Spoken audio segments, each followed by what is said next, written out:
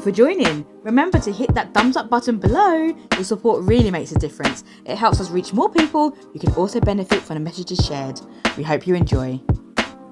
Hello and welcome to Real-ationship Talk, the podcast hosted by yours truly, Teresha Young, relationship master coach, where we have open, non-judgmental, heart-to-heart conversations about love, self-love, self-care, dating and relationships. And for this week's episode, I am being joined by the internationally renowned Susan Winter. Welcome to the show, Susan. Thank you, Teresha. Thank you so much. It's such an honor and privilege to be speaking with you. It really is. I've been following your work for so many years, Susan. Oh, you sweet thing. Thank you so much. I'm so happy about that. Thank you. I hope it's helped. I hope it's helped inform you, and so you have something to bring back to your followers. And it has, absolutely. And I'm still a fangirl. I watch your shows every single week still. So you just got to give me a shout out and say hi if you ever join the live show. I will do. It's just the time zone differences, especially when you're going live. I know. But yeah. I will, absolutely. So I'm just going to read out a little bit more about who you are and what you do for the audience. Susan Winter is a relationship expert and love coach who has helped over 5,000 people find and keep love. She's a best-selling author specializing in evolutionary forms of loving partnership and higher thinking. Susan writes, speaks, and coaches on dating issues, relationship challenges, and personal empowerment. Internationally recognized as a thought leader in her field, Susan's 950 plus media credits include the New York Times, the London Times, BBC News, ITV News, CNN, the Oprah Show. The list absolutely goes on, and I'm going to show all of your credits in the show notes. Thank you, sweetie. Thank you. And also, just to mention that Susan is a frequent guest on BBC, NPR, ABC, W Radio Columbia, and CBS News Radio. She also has a podcast, The Susan Winter Show, which can be heard on Spotify, iHeartRadio, and Amazon Music. And her YouTube channel too has garnered over 39 million hits. Amazing, Wind. Amazing. So let's just talk a little bit more about who you are and what kind of led you to doing the great work that you did. Some of the highlights of your life. I was an opera singer who went to New York City to pursue a career with also a legitimate like stage and theater degree, classical theater. And I did that and I did well, but I realized everything was the next audition for the next job. And I felt frustrated. And somebody said, you know, there are corporate companies that need communication. I think you'd be great. So my Shakespearean training got me these jobs as a corporate spokeswoman for about half of the Fortune 500 companies. I made money. Oh my goodness, I made money. I was working every day a week for some fabulous company, learning all about them, reading the Wall Street Journal in the morning. I felt so, you know, New York, and it was the 80s and all that. And then there was no place to go. I mean, I was doing everything I could, and I saw the first ever financial news show with the stock ticker underneath. We see that now in like CNN, but it was very novel. And it was called Financial News Network. And I looked at that and I thought, I do this every day. They've got another zero on their income than I do. And I would really like to do this because I love interviews. Don't you know, by some fluke chance, keeping after them, I actually got a job in the top market in the world. And they put an analyst on with me the first show. I think they thought I'd start crying, like I didn't know what I was doing. And I loved interviewing these CEOs that had these great stories. I didn't want to make them feel uncomfortable. I wanted them to talk to me. And I brought out the best in them. And I loved it. Then they got sold to CNBC. And I'm like, okay, I'm leaving New York. I'm going to live in the country an hour away, get out of the crime, and I don't know, consult or something. Move all the way out to this rural area. I get out there and I'm like, oh my God, I'm 38. I'm single. This is my dating pool. It was at the edge of the Appalachian Trail. It was as rural as you can get, and anybody with ambition had left. So don't you know, the one gorgeous guy in my gym that I saw him and he saw me, it was like we talked for about a year. I never got a vibe on him like, ooh, baby, none of that. And I had dated somebody 16 years younger. That wasn't a big deal. But I didn't know that after a year of talking to him cordially, I realized that he had turned from 18 to 19. I'd flipped from 39 to 40. I looked 31. He looked 29. Mm. But in that community and with his mother, who was younger than I was, shotgun high school wedding, all hell broke loose. And I lived like I was in an episode of The Black Mirror for about Mm. 5 years. We lived together, we were monogamous, we loved each other. But the fact that he was so much younger in that time, in that place, created such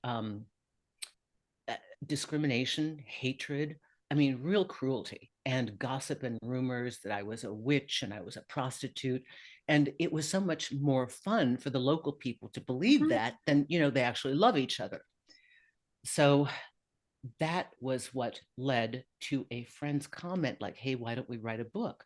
I said, about what? She said, older women and younger men. And I thought, my God, I know that everything happens to us Mm. because it's actually happening for us. And I was Yes. struggling to keep my emotional center and my spirituality. And when you have a crisis, like everybody hates you and you've been so esteemed in all of your work, Yes. and I like to be liked. Mm. And suddenly the whole world hates me. Nobody will hear the truth. Nobody wants to hear it.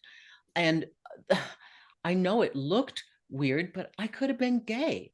I could have Mm. been the one black man in 1910, Yeah. with a white woman. And I thought of all the couples that have had to fight for their love because something, their race, their religion, their gender wasn't appropriate for that time and place. And then I got the fire under my butt. Mm. And I thought, I got to do something about this.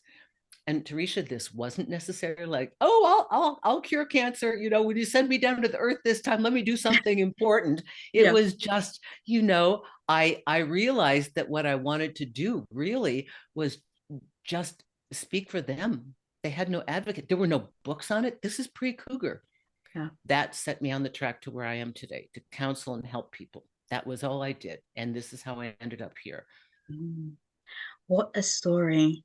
And I'm just thinking about how significant that would have been on your self-confidence Oh my when you God. went from being an esteemed person to suddenly have this neighborhood against you. Yeah, the papers in New Jersey wrote articles about me moving to this elite little area. I built a home on a golf course. And I thought, easy, somebody else will do the landscaping. It looks gorgeous. And I had this magnificent home, 3,000 square feet. I took all my money and plopped it down there. I thought for sure I'd be there forever, town and country lifestyle. I was the draw for the community because I was on national television. I mean, so it was to go from being held up Yeah. in everybody's eyes to being diminished and lied about. And I couldn't fight the gossip. Mm. I the things that were done to me, I talk about it in Allowing Magnificence, a little book that I wrote, because the point of what I'm saying is the thing that is here to harm us today, the challenge that hurts us so terribly, the knife that's impaling us can also be the scepter to empower us. You Mm. have a choice. It doesn't happen for nothing. Life doesn't just go, man, I'm going to mess you over. Yeah. If there's that powerful a push and something so out of the ordinary that is so intense, you're supposed to do something with it. And Yes. then you find your life purpose, Mm. right? Yes. So that's how Absolutely. life just kicked me to the side. Oh, you think you want to be on the Today Show? Hey, we're going to try this for you. Boom. Yeah. You're going to have Yeah. you Life fall in has love a with a way young of guy. doing that. Yeah, fall in love with a young guy and be hated and sticky in the middle of nowhere where they also hate you and you've got no friends, you've got no job because you're retired, you got Yeah. no friends out there, you've got no support system, and the people that liked you in your skirts down to your ankles and your tops up to here in financial news now don't know what happened to you. You went crazy. Mm. Yeah. I could just imagine how that impacted you. Now, you've spoken about empowerment there. And Yeah. how important would you say self-empowerment is and self-love for actually having quality relationships too? What's the significance of that? you know Here's the blessing: when no one is there to help you, no one, you got to dig deep and you will find it within yourself. It's kind of a hard fast track to self love, Yeah. or at least a self-determination to pull yourself out of that ditch and do something with it. But when you find a goal bigger than yourself, Mm, you're fighting for beyond you. You don't care what they send at you. You don't care how they hate you. You don't care what they say about you because you're fighting for 10,000 people you've never met behind you. And mm. that's the empowerment there.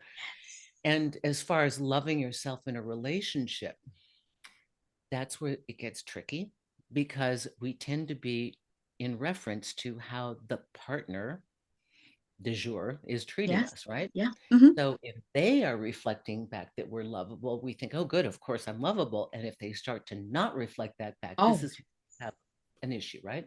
yes. Absolutely. Now, just talking about your experience too, because there's so much learnings from this that I think is going to help the audience as well. You, I would have imagined, been going through some form of heartbreak when that relationship came to an end. So I know Yep. you have this wonderful notion, which is keep the dream, replace the person. Keep the dream, replace the person. I would love for you to explain more about that because I'm sure that's aligned with your experience there too. So when I realized, okay, so I did the Older Women, Younger Men. That was an Mm. international bestseller. That was the book.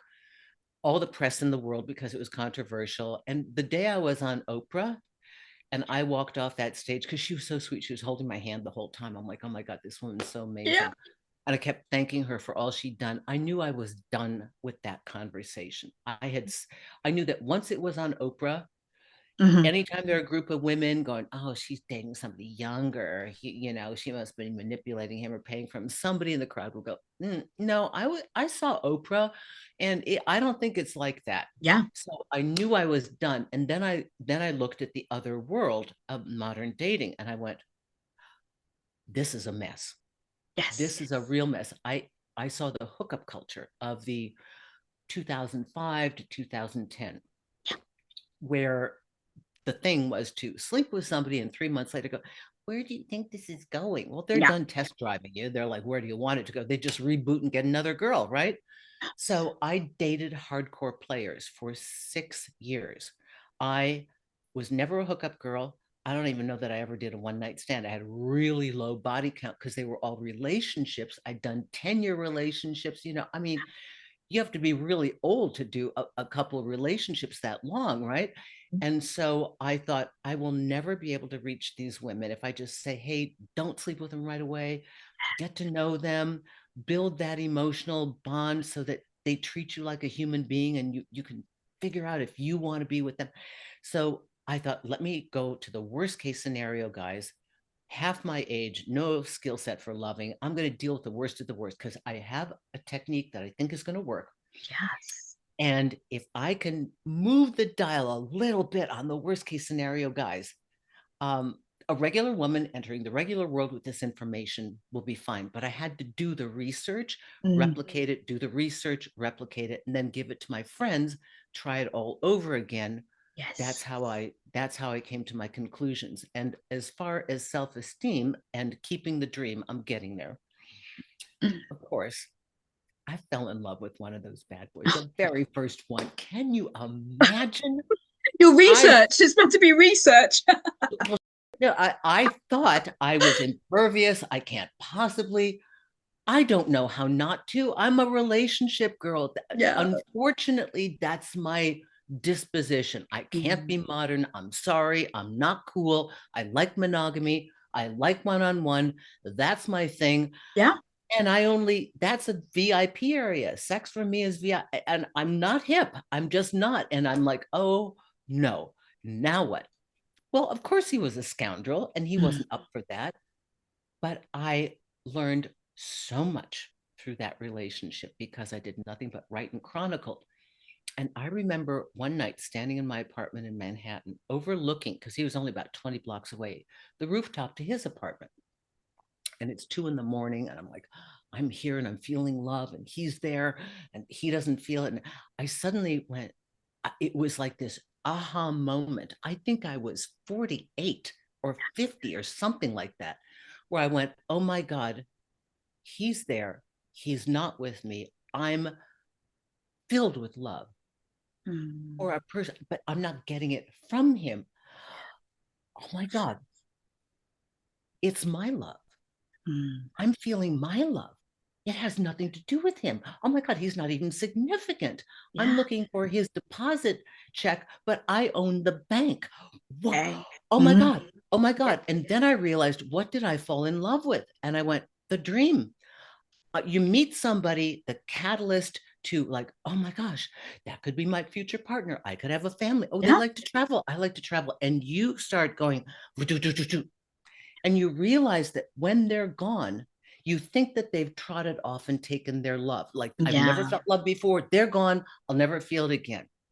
They don't own the love. You own the love. Not only that, it's not even about them. You fell in love with what you thought you could create with this person. That the dream, you keep that dream.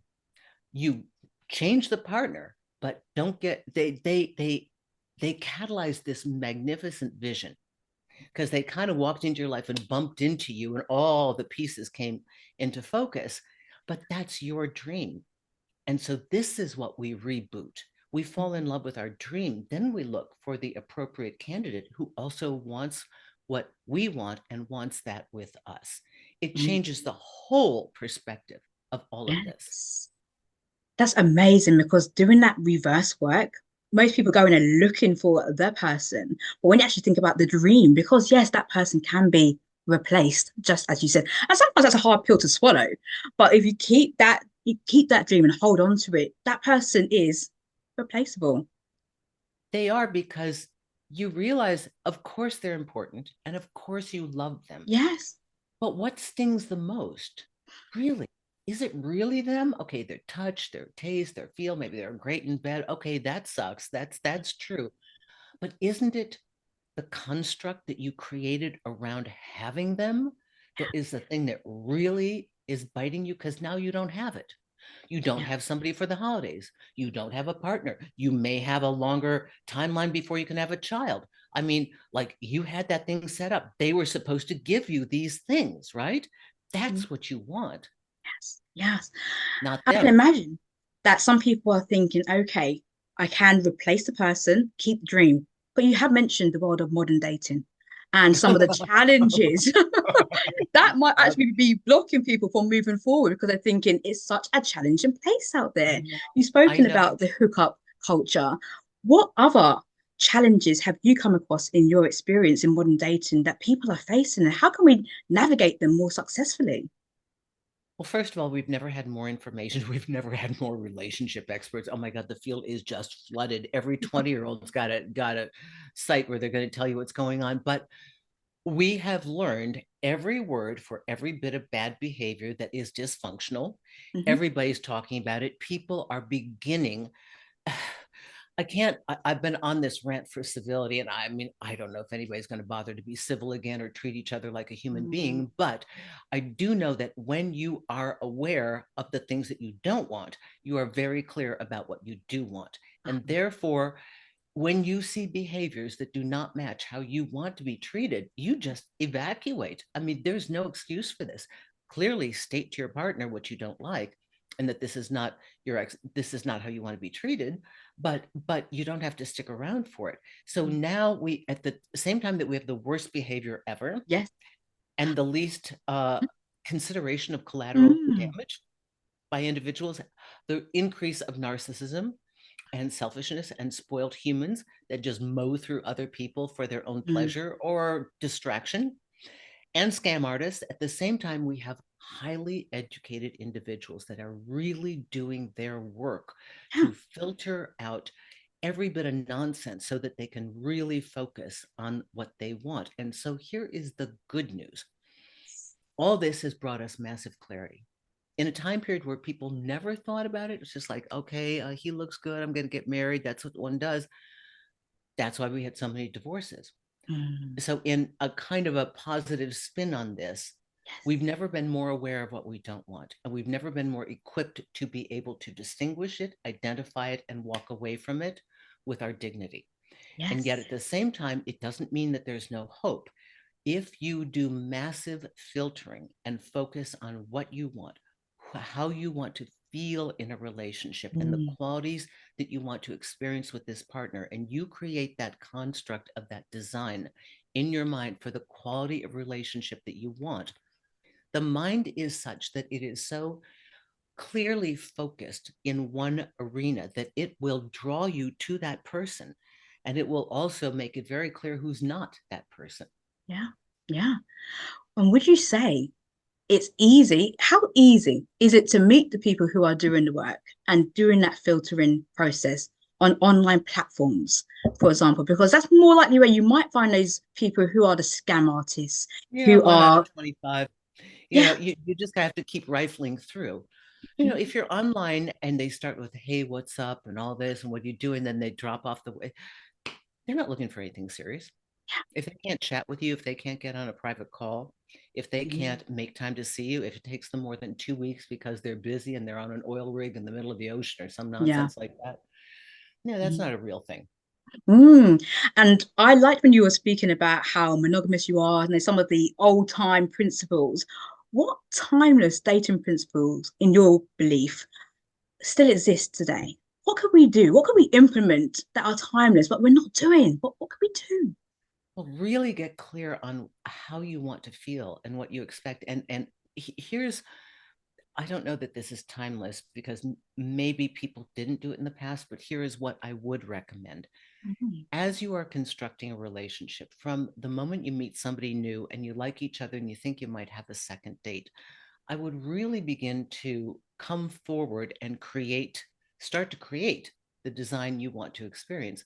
Mm. One is the honesty conversation, and you can do it in your language. You don't have to be a mini me, but something to the effect of, hey, look at, I really like you. This is new, whatever. This stuff's glitchy. So, how about this? I like honesty. How would you feel if we give each other permission to just text or whatever, not working for me. Thanks a lot. And it's all good. Are you cool with that? I would rather see that. You're not bad, you're not wrong, but I would rather see that if something's going on to actually hear about it, or if I do or say something that you can tell me, because I think that's really important. And I'd like the same freedom with you. Are you cool with that?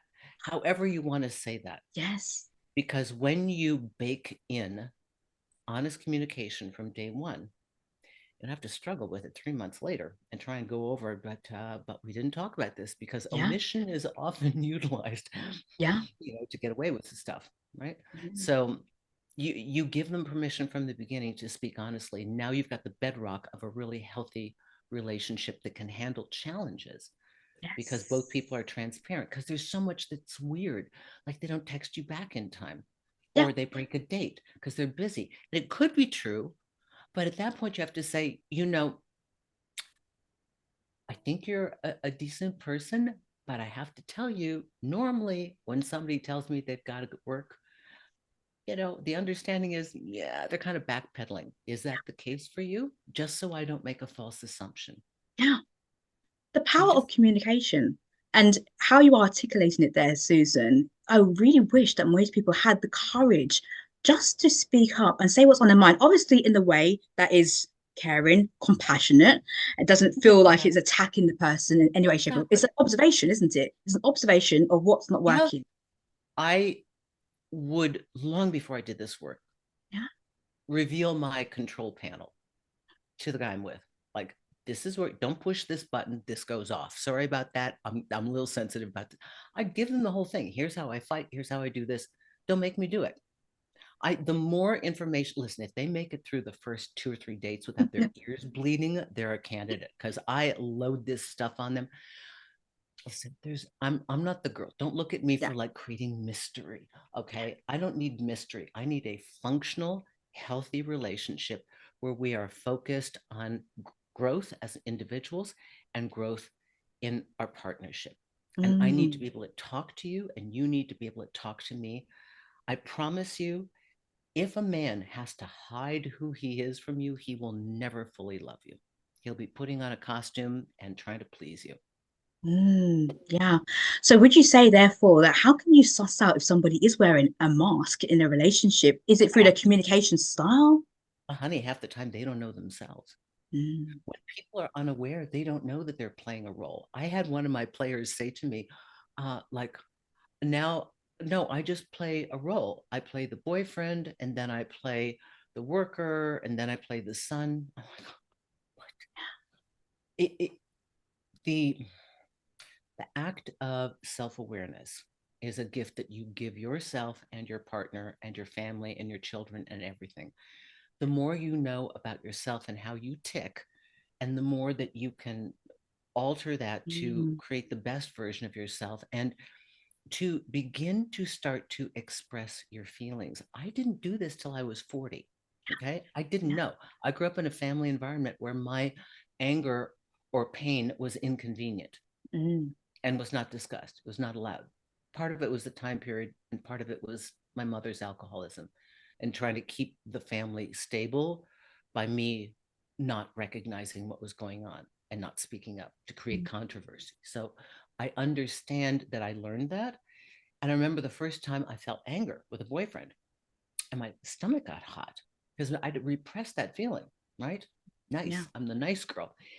Inconvenient. How you're not allowed to express anger. And I got hot. And I'm like, what is this? And then I'm like, I could hear in my head, and I realized that didn't make sense. He said this and then he did that. Oh, that's not truthful. And then I was explosive because I didn't know how to control it. And this is what'll happen if you all wait 3 months and try and pretend that you're okay with some of the things that that guy's doing and you like it and yeah, you're cool and you can go along with it. And then suddenly something minor happens and you lose it and become crazy chick. Uh-huh. And then they think you're nuts because you held it in the whole time, right? Yeah, yeah, absolutely. Absolutely. Then the volcano just erupts and suddenly it's Yeah. like, where did that And come from?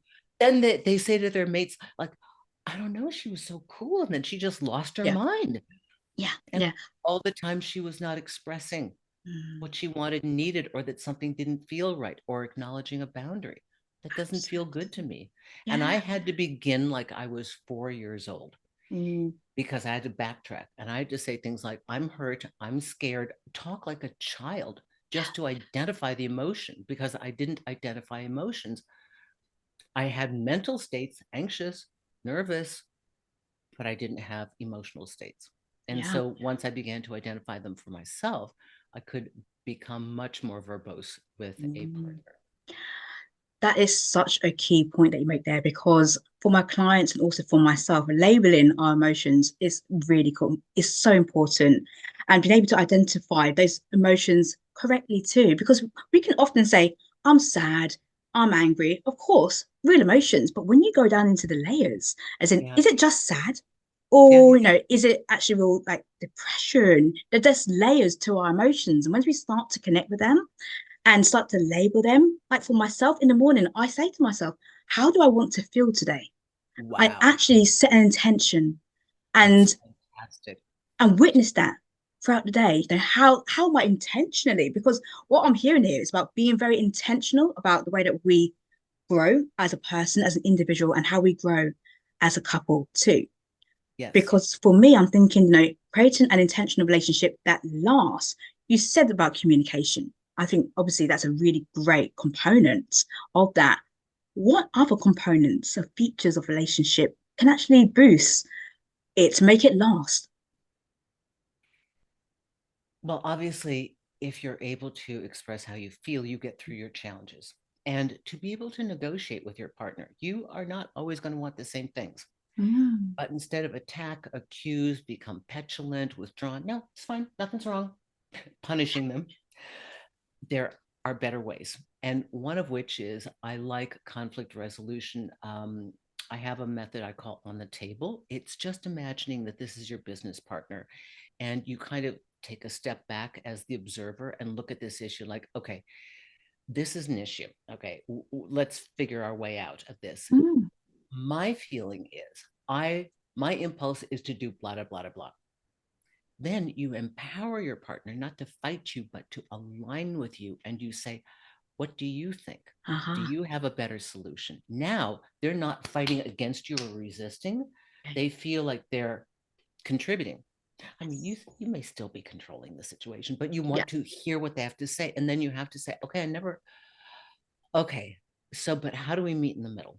Okay, so I understand what you're saying. I'm not fully on board. What about that aspect? Could we do? And then you begin to negotiate as you would in work. Mm, yeah, I love that. Conflict resolution and also the way in which we communicate is so important. And not just the words that we use and the whole body language, the way in which we're saying it to those open-ended questions. What's your thoughts on it? Now, how do you see it? Often we can go in there and not be Yeah. curious. I don't Yes, think it's yes. enough To be curiosity. curious. You're not attacking, you're not accusing, Yeah. you're never going to get anything out of your mate. I mean, they may be compliant to go along if you bully them, but they will end up resenting you and it'll come out some other way. They'll lie to you or cheat or just fade away out of your life. Mm, So, to empower your partner to also have an opinion and help in the process of the solution is great. yes. Let me see what else. You got to have a commitment to grow together. And sometimes growth together as a couple will mean this uncomfortable feature where, say, for example, they're doing something without you. Mm, The automatic fear is like, oh, you're taking that, rafting thing and you're doing it every weekend and you're starting to get resentful because, okay, they're not with me and maybe there are other people there and other girls that want them and he's really good looking and, I don't know what he's doing. And yet at the same time, there has to be a discussion about, it mm, makes me a little nervous, but I want you to grow.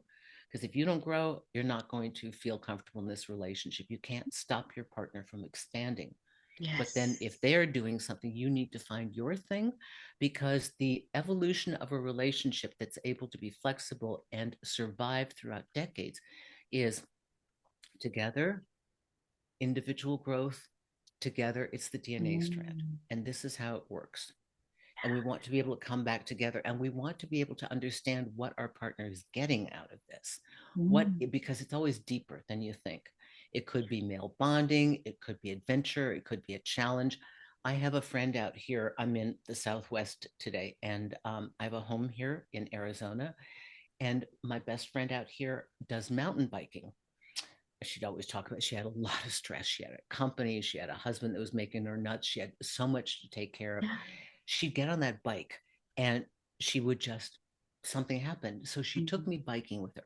Teresha, it was a nightmare. I'm not sporty like that. Okay. First of all, there are rocks everywhere yeah. and they're like branches. And she's like, oh, look at the horses. I'm like, I'm getting cut. I'm I'm trying getting, to survive. I'm like, they got to clean this trail. Why do they put the rocks here? So that's part of it. Like it. So I realized that by me doing that activity, I'm never going to want to do it again. But I realized she had to focus in the present moment. As I observed her, the experience was forcing her to forget all of her anxiety and live in the present moment. So I saw the benefit and why she did it. Now, this is Yes. a little higher level thinking, but if your partner's got something that they're into, it would behoove you to figure out what the root cause of that thing is, even if they don't know what it is, Yeah. because then you will understand so much more about them. You don't have to like what they do, you don't have to do what they do, but you need to understand that they sometimes they have to do their thing because that keeps them happy, grounded, and achieving some other goal that they need for themselves. Yeah, exactly. And that's where the communication will come in to say, no, what's working for us? What's not working for us? Exactly. What would you say is the importance of regular check-ins then with your partner? Would you encourage that? I do. Now, I have a lady friend that lives down the hall from me in Manhattan, and she has established a Saturday discussion with her husband every Saturday at X time, like 4 o'clock or whatever. Yeah. And certainly there are going to be things that get in the way. And at first it was like pulling teeth, to get him to do it. But she begins with a gratitude. Here's what I love about you. Oh, Here's why I'm so proud of you. And then they talk about the things that have been a challenge. Now, that's quite ambitious. And yes. she did that on her own just by being a very spiritual, highly conscious woman. Mm, And I looked at that model and remember, this is your life. This is your love story. You don't have to do the repeat, cut and paste that other people do. yes. Take charge. Mm, Institute the factors that you want. Do the things that you want. Do you want a family night to play? Is Saturday at 6 p.m. the get together and lie in bed and giggle? yeah. I mean, whatever it is, go ahead and do it because you are the creator of your experience. If you leave it up to your partner, generally speaking, and I love men, but Mhm. they don't have a clue about creativity. They don't. They're gonna they've finally secured the relationship, check done.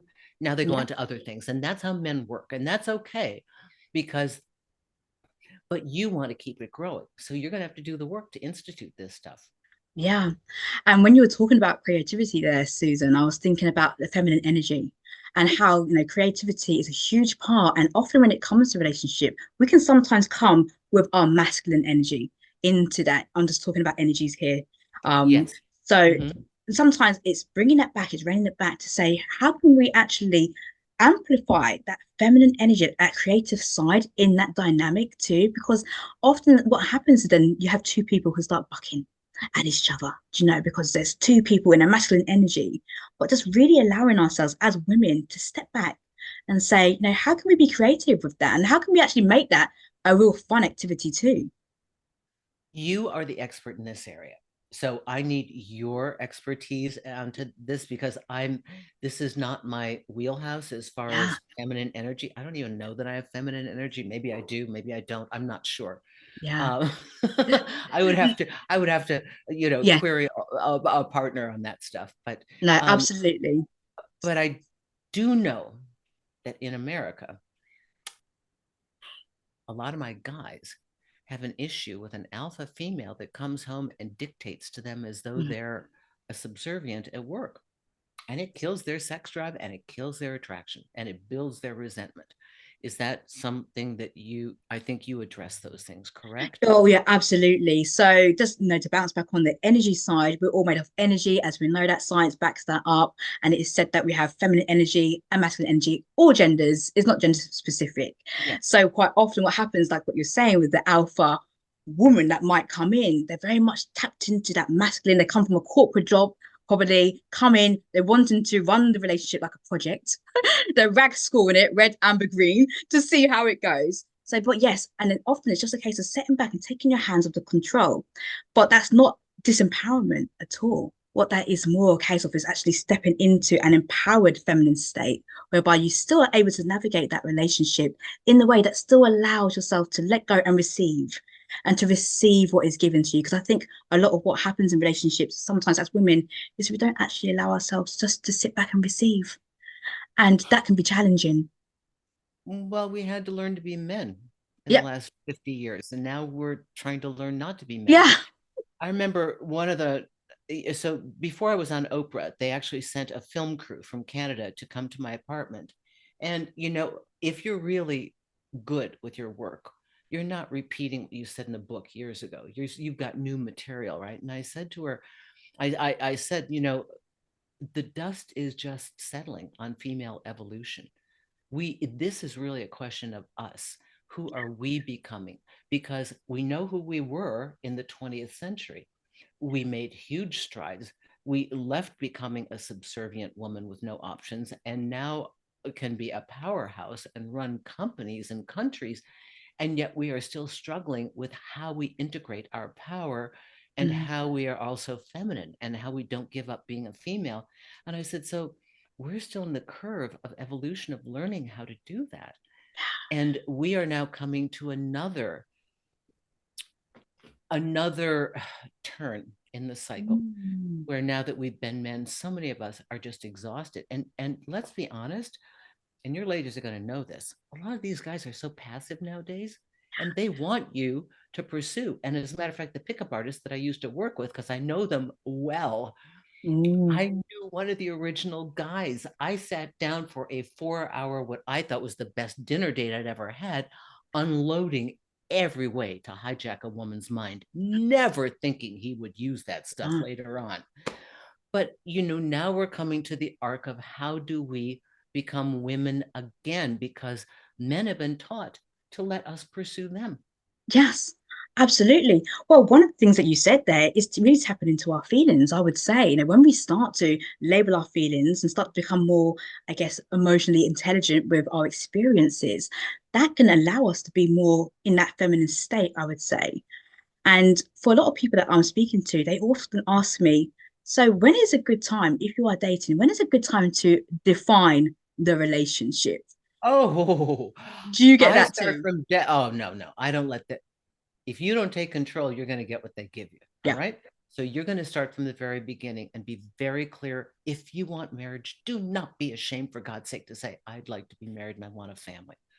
If you hide that, that's vital, crucial information. If you're on a Mm, timeline to have a kid, that's got to be in your bio. That's got to be in one of the first discussions to let people know that you date intentionally. This yeah. is, you will only scare off the ones who would waste your time.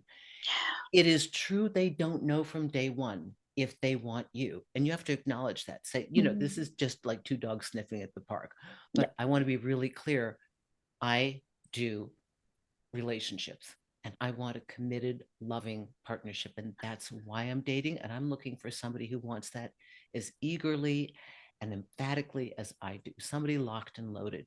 Mm, We don't know that we're the right people for each other, but that's what I want. And I think you need to hear that in case their goals are not the same. I used to ask guys, well, I'd ask the players, because remember, I practiced everything yeah. on them. You couldn't hurt them because I made sure that they were not guys that could fall for me. Well, slam Yeah. dunk.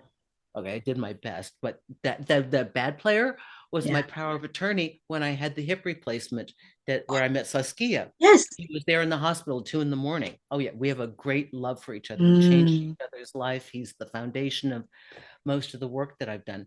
But at any rate, so when you start with that, letting them know from the very beginning, it is like you've just listed the terms of engagement.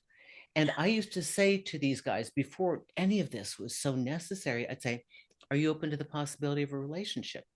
And if I hear one is, well, yeah, mm, I'm just having a good time, it's like, next, yes. right Yes. from the get go, because you need it from the jump. If you don't, they're going to waste your time. Yeah. And they Yeah. will give you heartache because you will be trying to squeeze that person, reluctant as they are, difficult as they are, evasive as they are, into your dream. And they Yeah. don't want to go into your dream. They don't have that dream. Mm.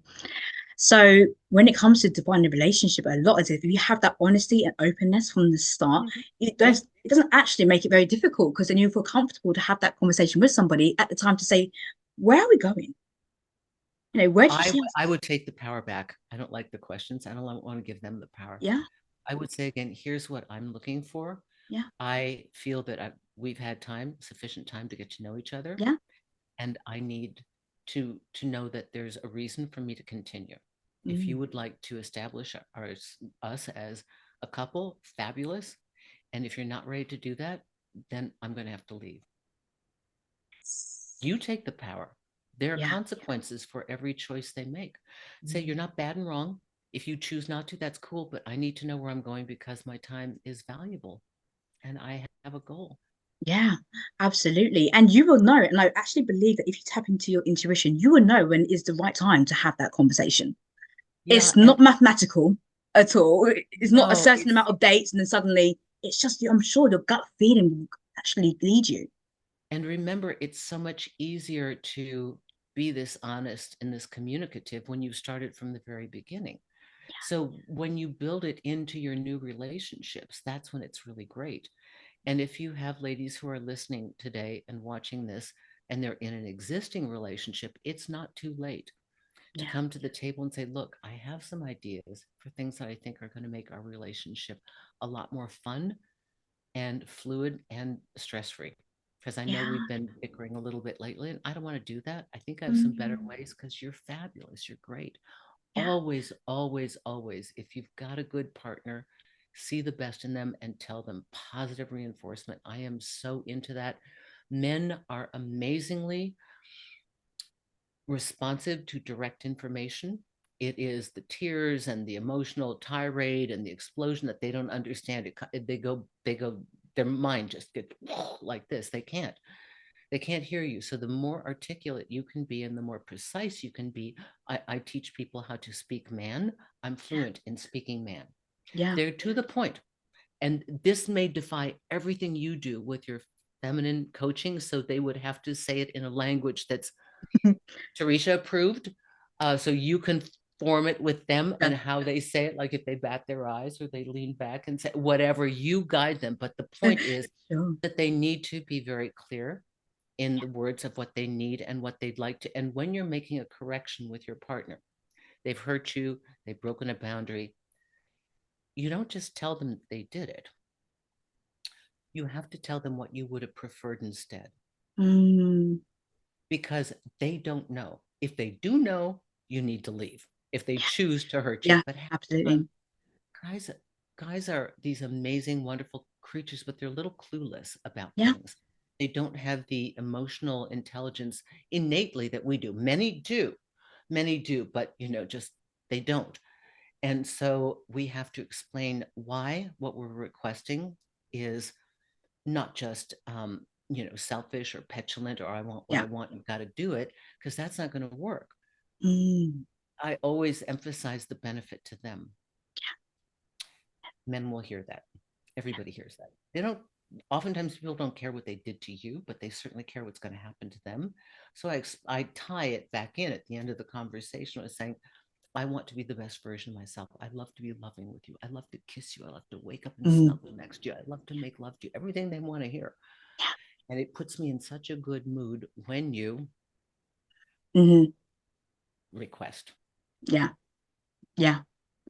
I love that conversation that you're explaining there, because when you started talking about also, the men and the praise as well, that men Oh, like they to need have, it. they need It's praise. So you start with the praise. I call it the uh, compliment sandwich. I do. I do the cookie. It's Do like the cookie. Yeah. first you tell the wonderful thing. Well, I learned that from my dog. When I had to give them medicine, I'd have to put the treat in the middle of a Yeah. little. So I start with the positive thing. I love you. You're fabulous. I'm Yeah. so lucky to have you in my life. I have something happened for me that I'm experiencing, and I just want to share this with you because I love you so much. And I know that we work together so well, Yeah. but I don't think you know this. When this happened, da da da, then that happened, then that happened. And I really felt blah, blah, blah. And it would have been, I would have preferred blah, blah, blah, blah, because it would have made me feel da da da. And then I feel so good about our participation and you. And I'm so filled with love when that happens. And is that something Yeah. you'd be willing to consider next time? Mm. And normally they're like, okay. Yeah. Okay. Yeah. Because you've had it, you've Yeah, given them the oh, good. praise as well. Yeah. Yeah, yeah. Okay. Is that easy? That's simple. Well, yeah. I praise Actions. men for the smallest things that I want to grow. I don't care if they bring me a glass of water. I tell Mm. them how considerate they are because I bomb them with the qualities I want them to tie into. Yeah, but it's really important for intimacy and closeness, I would say, because when I'm talking to my clients as well, and a practice that I love for them to do is each day, if they are in a relationship, is to tell each other one thing they love about each other, one Oh, thing that they respect about each other, yep. uplifts them, inspires them. And I think if you can get into those kind of practices each day, just habitually, naturally, it increases the level of intimacy and closeness that you have with that person. And you start, because we have the negativity bias, and we start to look for certain things, Yep. but then we can start to actually look for the green flags rather than the red flags that we tend to, because of the way that we are wired to look for. The smallest thing. And I know I've struggled with clients. I'll get really stubborn females. I work with all genders, I work with all identifications, but I'll get some stubborn females. And I had one gal say to me, she was having trouble with her, I don't know that they're living together, married. And she said, you want me to give him a blue ribbon for fourth level achievement? And I said, yep, I do.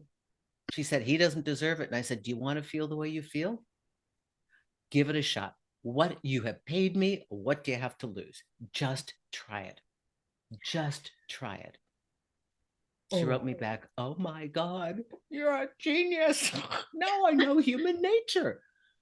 and it's human nature, and it's releasing some of that ego that we have that blocks us as well. It's like, we have to be right, but it's like, it's not necessarily about being right, it's about what works, what actually will work. Well, what is our level of right? Getting what we want? And why do we want what we want? And how important is that? I remember so I remember I grew up with black and white television when it was a really big deal to have a Yeah. TV. Like not everybody had one. And on Walter Cronkite, which is our news, like famous newscaster, the first story about a woman who divorced, and the husband said that she divorced him because he didn't put the cap back on the toothpaste. And I remember watching that maybe 9, 10, 12. And even in my Mm. child mind, I'm like, that wasn't the reason. No. That's what he thinks is the reason. Yes. All that time she didn't communicate with him. She probably said 10,000 things like, can you put the dishes away? Can you feed the Mhm. cat? Can you go pick up the kids? And he didn't do it. And that time that the toothpaste, that was the straw that blew, and she divorced him. And he thinks that that happened at that moment. And then we look crazy. Yeah, absolutely. And if he wasn't quite getting it, that was certainly the Yeah. way to put the nail in the coffin for that, wasn't it? So men are not creative in their understanding, Yeah. so we have to be very, very clear. And you can still be loving and kind without being manipulative. I think men have a really attuned antennae for manipulation these days, at least the men that I know do. And Mm. they are so accustomed to, and forgive me for this, these Instagram self-absorbed women that are trophies that demand power and money and give me Mm. this and give me that. And like, it's such, they want to be loved for themselves too. They want to be loved when they're having a bad day, and they want to love you. Mm. And the way to create a love that blows all that other stuff away is to, start with connecting with that human being and supporting your man in his goals and his Mm. achievement. You want his passion and devotion for the rest of your life. You get behind his mission. If it's a mission that you find admirable, you are the rudder to a man's dreams. And that's why we are so valuable in a relationship. And men don't know that until they meet a woman that knows how to do that for them. And that's the one they marry. That's the one they never forget. That is such a lovely way to describe that. And the word that was coming to me when you're speaking there, Susan, was intimacy.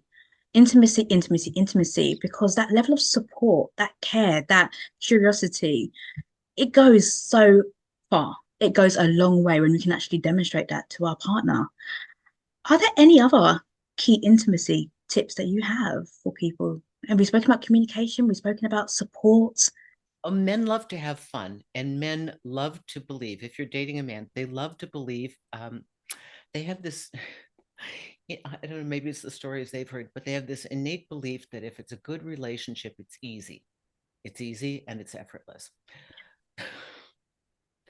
So in the beginning of relationships, I always turn to my partner and say, being with you is just like, it's so easy and so effortless. And they go, yeah, yeah, it is. It is. It Yeah, is. yeah. Have fun. Don't forget to laugh and take the pressure off. If you find yourself in a negative cycle of arguing, please reach out to your coach, reach out to Teresha, reach out to somebody that can help you to get past that. Because I have men that like I just worked with one recently. He does nothing but fight and break up with his girlfriend, and he's like, I know she's the one. I know she's the one. I've never felt anything like this before. I'm like, you're 26. Oh God. And but he's like, and I said, my job is to get you what you paid for. So I'm going to tell you what to do, but I'm telling you, this is not, I don't suggest this. I'm going to give you what you want. I Mhm. have to, right? Yeah, That's my duty. But you got to work through this fighting business, for God's sakes.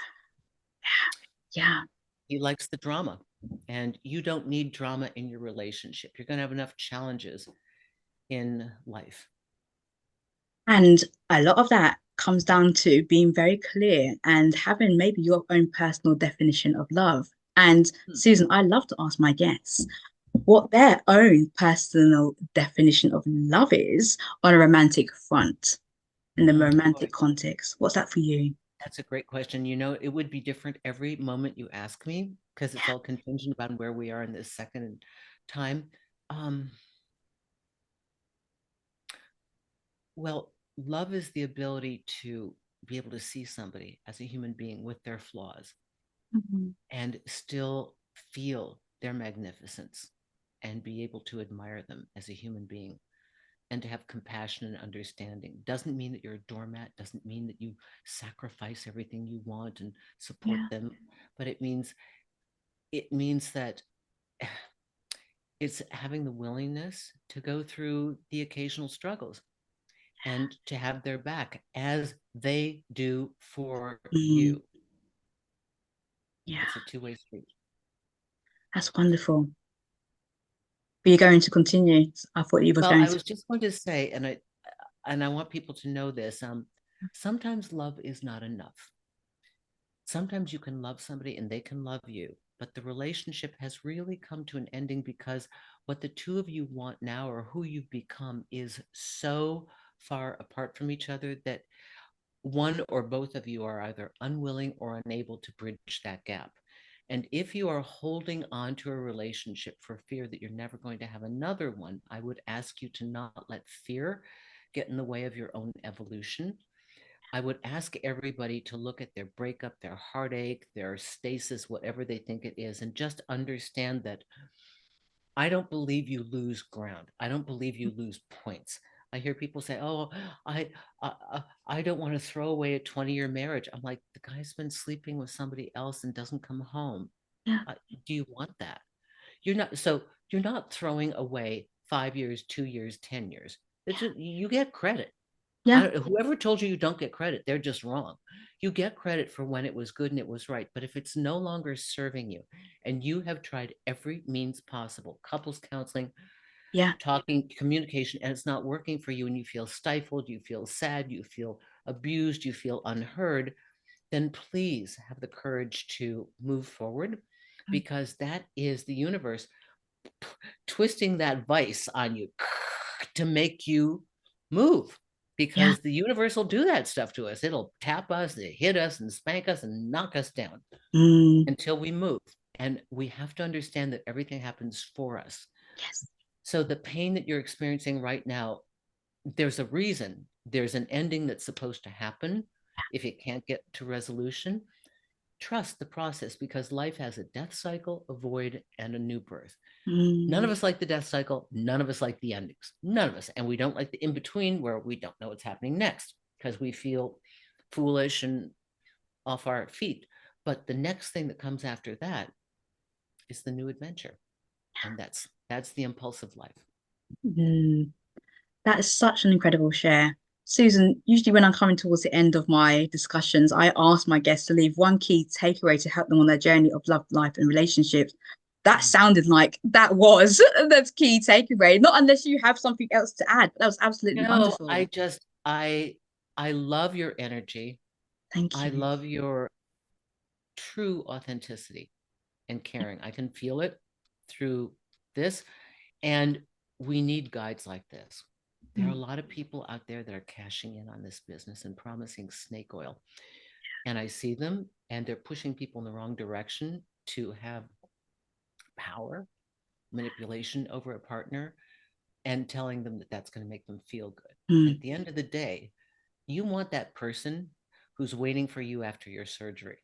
Oh, You need yes. that a lot more than you need a Hermes bag Yeah. and somebody that's off and they've got a new partner, but you live in a gorgeous house. So don't let people destroy your internal compass as to what is your true north. If you want love, create a relationship that magnifies and cradles love. Okay. Yeah. Absolutely amazing. And thank you. Thank you for witnessing me, Susan. I do strive my best to go out there and for people to have that healthy, happy, fulfilling relationship with no manipulation and all that other stuff that comes alongside it. So When you know it's how out to there. speak and communicate, you don't need to manipulate.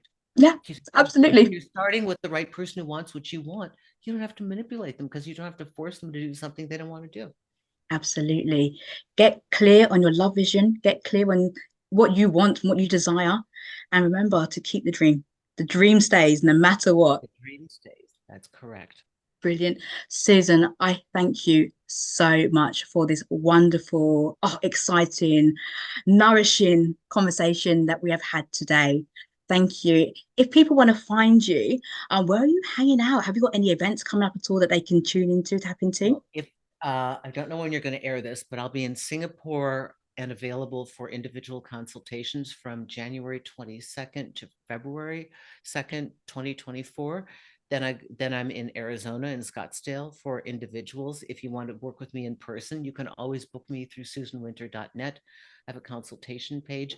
And then I go back into New York and I do wonderful in-person 3-hour sessions at the Core Club, which is the most prestigious, private, gorgeous, incredible, right on Fifth Avenue. And it's magnificent. And I love to treat my special clients to a lunch or a breakfast on the terrace overlooking all Manhattan. It's exquisite.